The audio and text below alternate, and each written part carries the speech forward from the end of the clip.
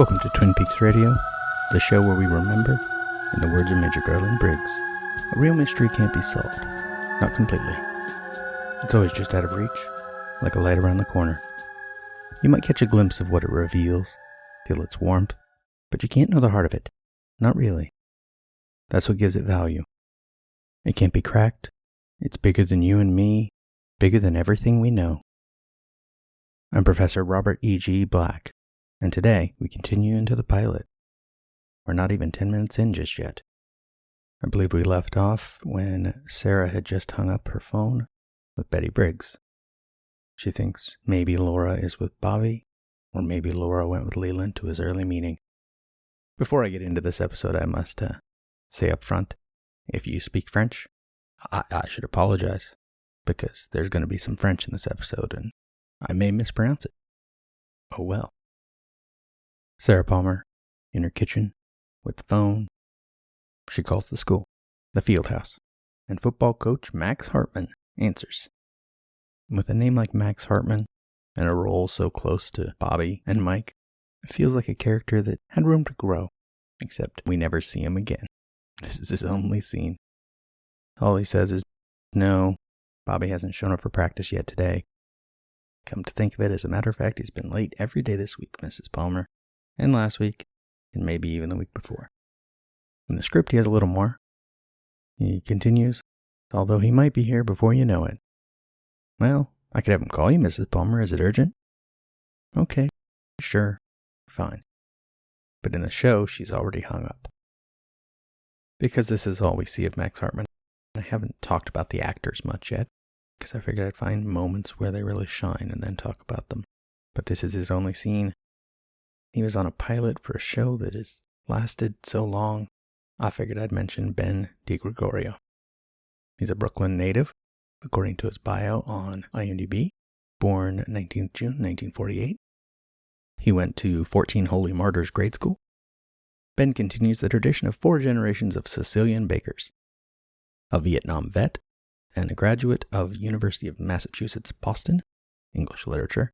He has studied classic No theater in Japan and holds a second-degree black belt in Aikido. His film and TV character roles range from polka dancing German restaurateurs to quirky Russian emigres, waterfront tough guys, Pakistani cab drivers, and of course, Italians. I like that. And of course, Italians. His first role was in La Vallée Fantôme in 1987, and his latest role was Movin' in 2010, an uncredited role. He's in Don't Look Up. What? He was in something called Don't Look Up that was in 2009, not the Netflix film that is out right now. Brand new. Although this sounds fun. It's a remake of a story by the same people who did The Ring, the original Ringu, called Joyure. It's about evil spirits released from old celluloid that cause a film crew to slowly go insane while in production on a new project. That sounds awesome. And I'm going to have to put that to my watch list. We reestablish the Great Northern, the waterfall, camera panning left to the hotel, and then we're introduced to Audrey. And we'll note that in the script, this scene is not there. Audrey is only seen in the classroom. In the show, of course, she's got more going on. We see Audrey exit the hotel, get into a car with the chauffeur, and leave. And we cut to Benjamin and Leland beside the fireplace. Benjamin Horne says, "Are they ready to sign?" And Leland points out some important information here.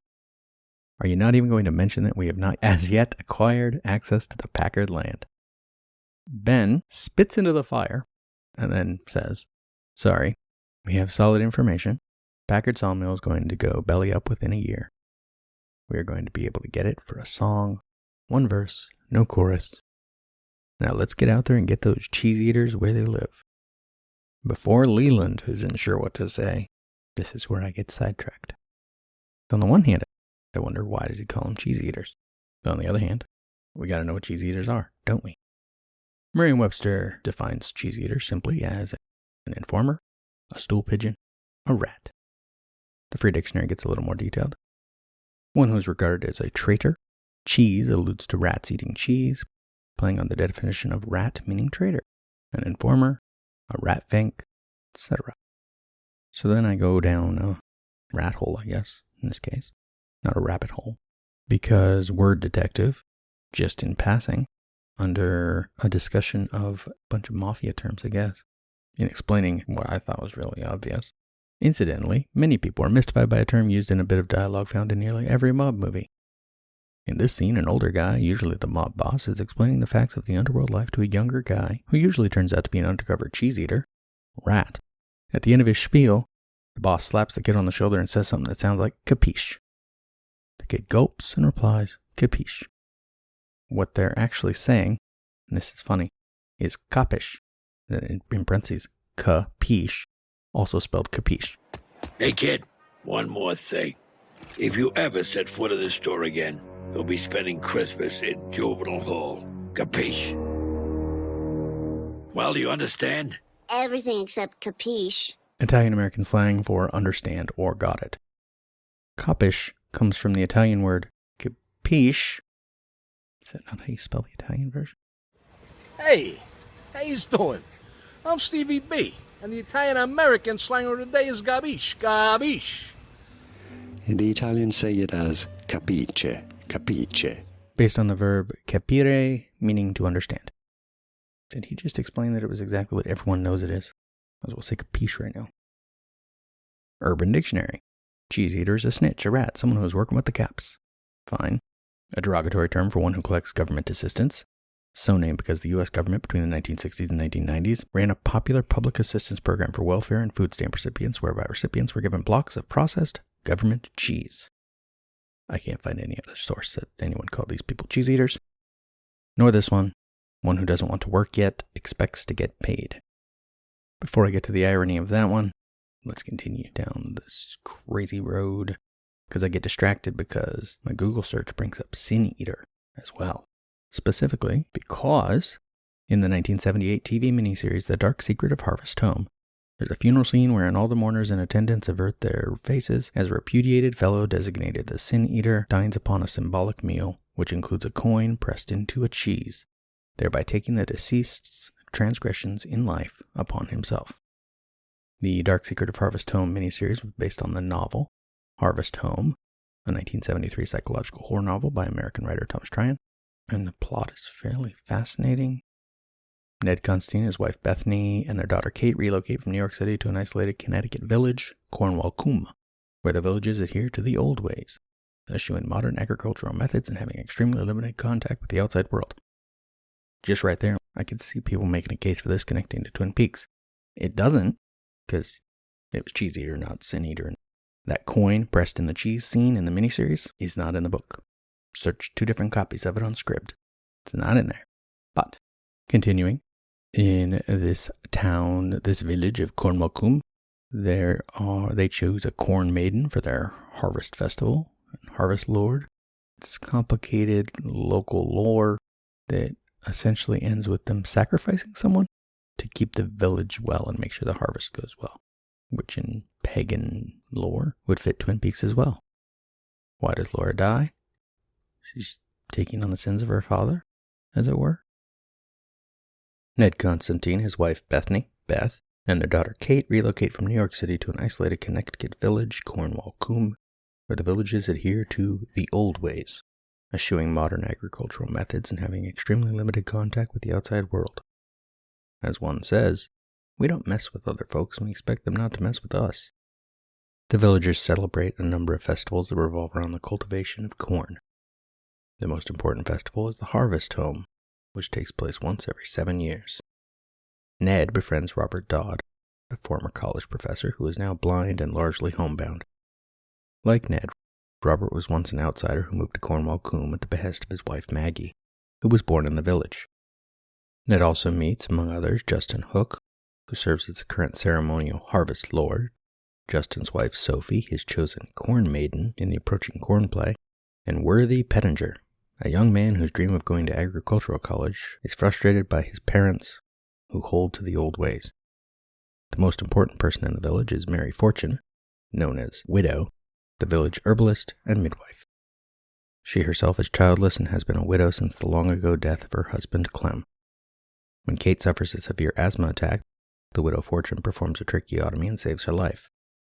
She later prescribes home remedies which cure Kate entirely.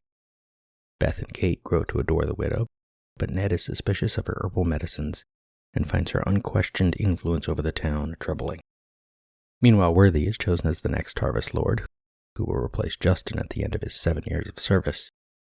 Worthy does not wish to become the Harvest Lord, confusing Ned, who understood the title to be an honor. At church, Worthy shouts out a curse upon the corn before fleeing. The widow announces that Worthy is henceforth Bane and will be shunned by the village if he ever returns. Meanwhile, Worthy's parents and their goods are shunned because of their son's departure. Although they are blameless, protesting they had raised him right. Ned secretly provides Worthy with money to escape the village, and Worthy promises to write to him. Ned begins to understand that the villagers, led by their women, practice pagan fertility rites to ensure their harvests. He becomes suspicious of the upcoming harvest home, but the most anyone will tell him is that it is what no man may see nor woman tell. Meanwhile, Worthy's letter from Hartford to Ned, despite using a pseudonym, had been intercepted by Tamar Penrose, the postmistress, who steamed it open. It revealed Worthy's address. A posse was sent to kidnap and return him. He was later killed in the village. Ned is horrified to see Worthy's corpse being burnt in a massive bonfire on kindling night, where it had been callously tossed among the scarecrows. On the day of Harvest Home, Justin's wife Sophie unexpectedly commits suicide. She is denied burial in consecrated ground on the orders of the widow, whom Ned denounces for this cruelty. Dropping the cat and mouse game she had been playing with Ned, she declares him an outcast and has him imprisoned in the village jail to keep him from interfering with Harvest Home. All the women then depart to choose another corn maiden. Ned does not eat any food, fearing it is drugged. He manages to escape and returns home to find his car missing and his phone dead. Ned goes to Robert Dodd for help, only to be told that on the night of Harvest Home, all the phones are disabled and all the cars confiscated until morning, while all the men are confined to their homes. Robert reveals that he himself was blinded for attempting to discover the secret of Harvest Home, and begs Ned not to go out again. Fearing for his wife and daughter, Ned faithfully ignores the warning and returns to the village. Ned arrives in time to see the heavily veiled new corn maiden, whom he thinks is Tamar Penrose, who had been corn maiden 2 cycles, 14 years earlier. Justin and the village women depart for Harvest Home.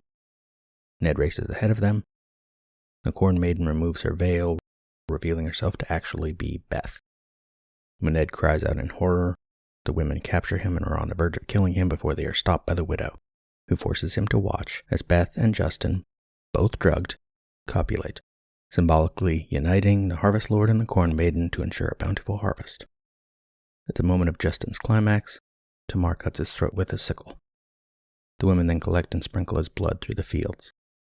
Ned tries to escape, but the women surround him and blind him, as they had done to Robert Dodd years earlier. Months later, Ned learns that Beth is pregnant, and Kate is to be the next corn maiden. Ned's family had been allowed to move to Cornwall Coombe because the village needed new blood, so to speak. Now regarding Sin Eaters, this is from Encyclopedia Britannica, 1911. Sin Eater, a man who, for trifling payment, was believed to take upon himself, by means of food and drink, the sins of a deceased person.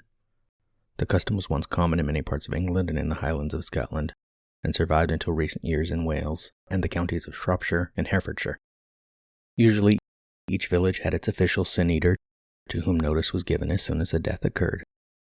He at once went to the house, and there, a stool being brought, he sat down in front of the door. A groat, that's a coin, a crust of bread, and a bowl of ale were handed him, and after he had eaten and drunk, he rose and pronounced the ease and rest of the dead person, for whom he thus pawned his own soul. The earlier form seems to have been more realistic, the sin eater being taken into the death chamber, and a piece of bread and possibly cheese having been placed on the breast of the corpse by a relative, usually a woman. It was afterwards handed to the sin eater, who ate it in the presence of the dead. He was then handed his fee, and at once hustled and thrust out of the house amid execrations and a shower of sticks, cinders, or whatever other missiles were handy. The custom of sin eating is generally supposed to be derived from the scapegoat in Leviticus 26, verses 21-22. Jump over there really quick. He is to lay both hands on the head of the live goat and confess over it all the wickedness and rebellion of the Israelites, all their sins, and put them on the goat's head. He shall send the goat away into the wilderness in the care of someone appointed for the task. The goat will carry on itself all their sins to a remote place, and the man shall release it in the wilderness. A symbolic survival of it was witnessed as recently as 1893 at Market Drayton, Shropshire. After a preliminary service had been held over the coffin in the house, a woman poured out a glass of wine for each bearer and handed it to him across the coffin with a funeral biscuit. In Upper Bavaria, sin-eating still survives. A corpse cake is placed on the breast of the dead and then eaten by the nearest relative. While in the Balkan Peninsula, a small bread image of the deceased is made and eaten by the survivors of the family. The Dutch dead keks, or dead cakes, marked with the initials of the deceased, introduced into America in the 17th century, were long given to the attendants at funerals in Old New York.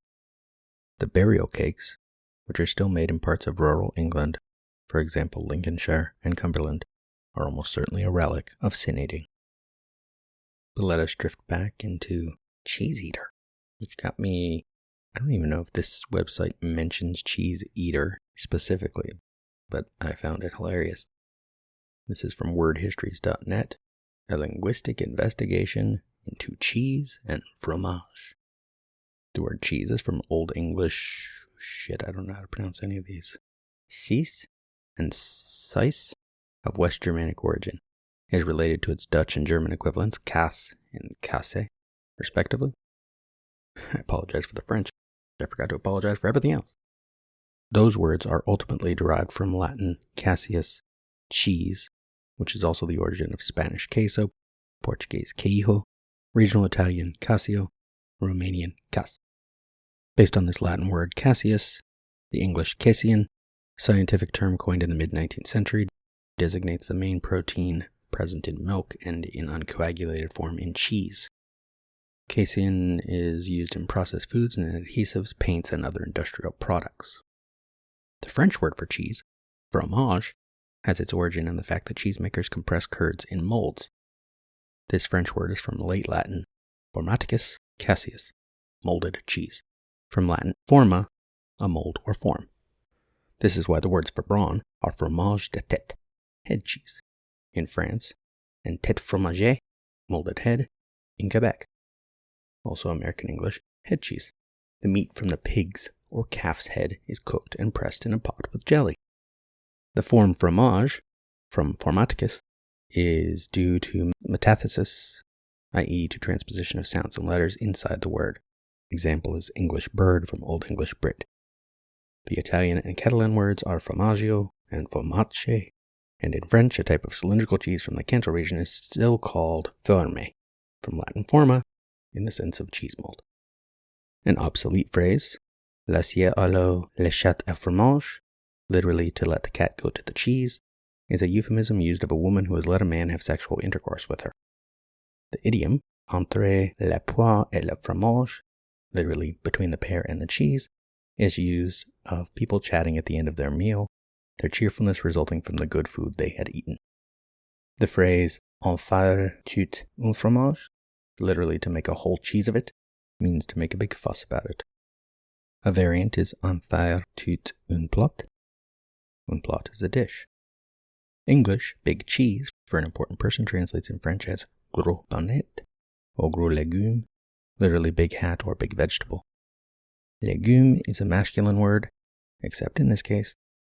Un gros légume is a big vegetable, whereas un gros légume is an important person. In France, as well as in Britain, the traditional girls' game was faire des fromages, to make cheeses.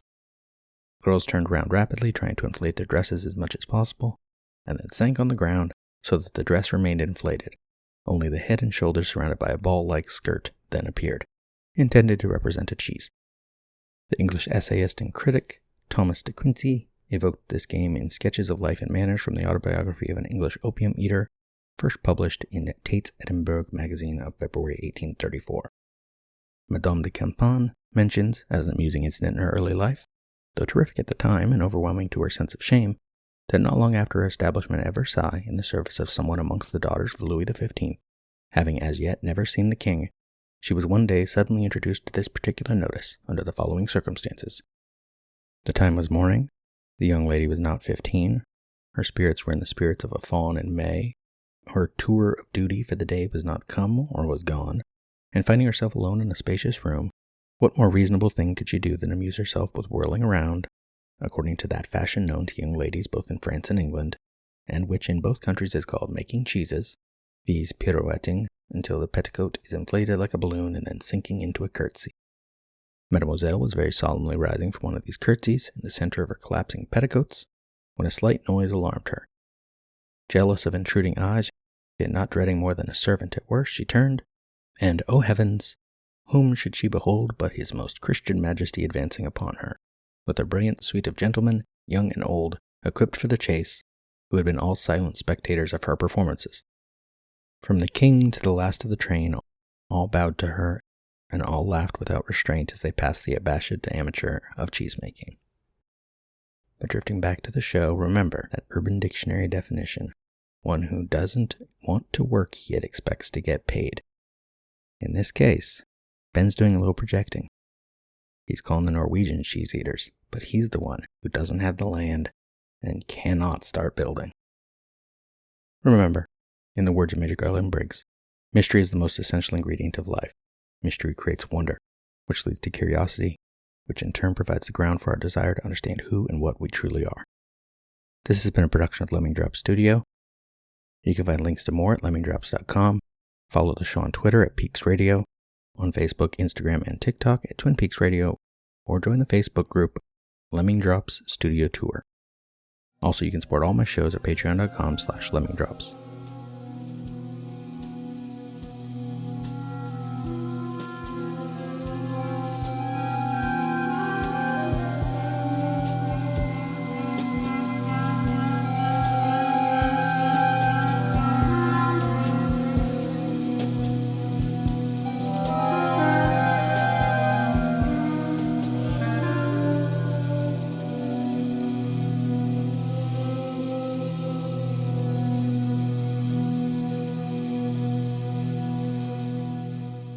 The owls may not be what they seem, but they still serve an imperative function. They remind us to look into the darkness.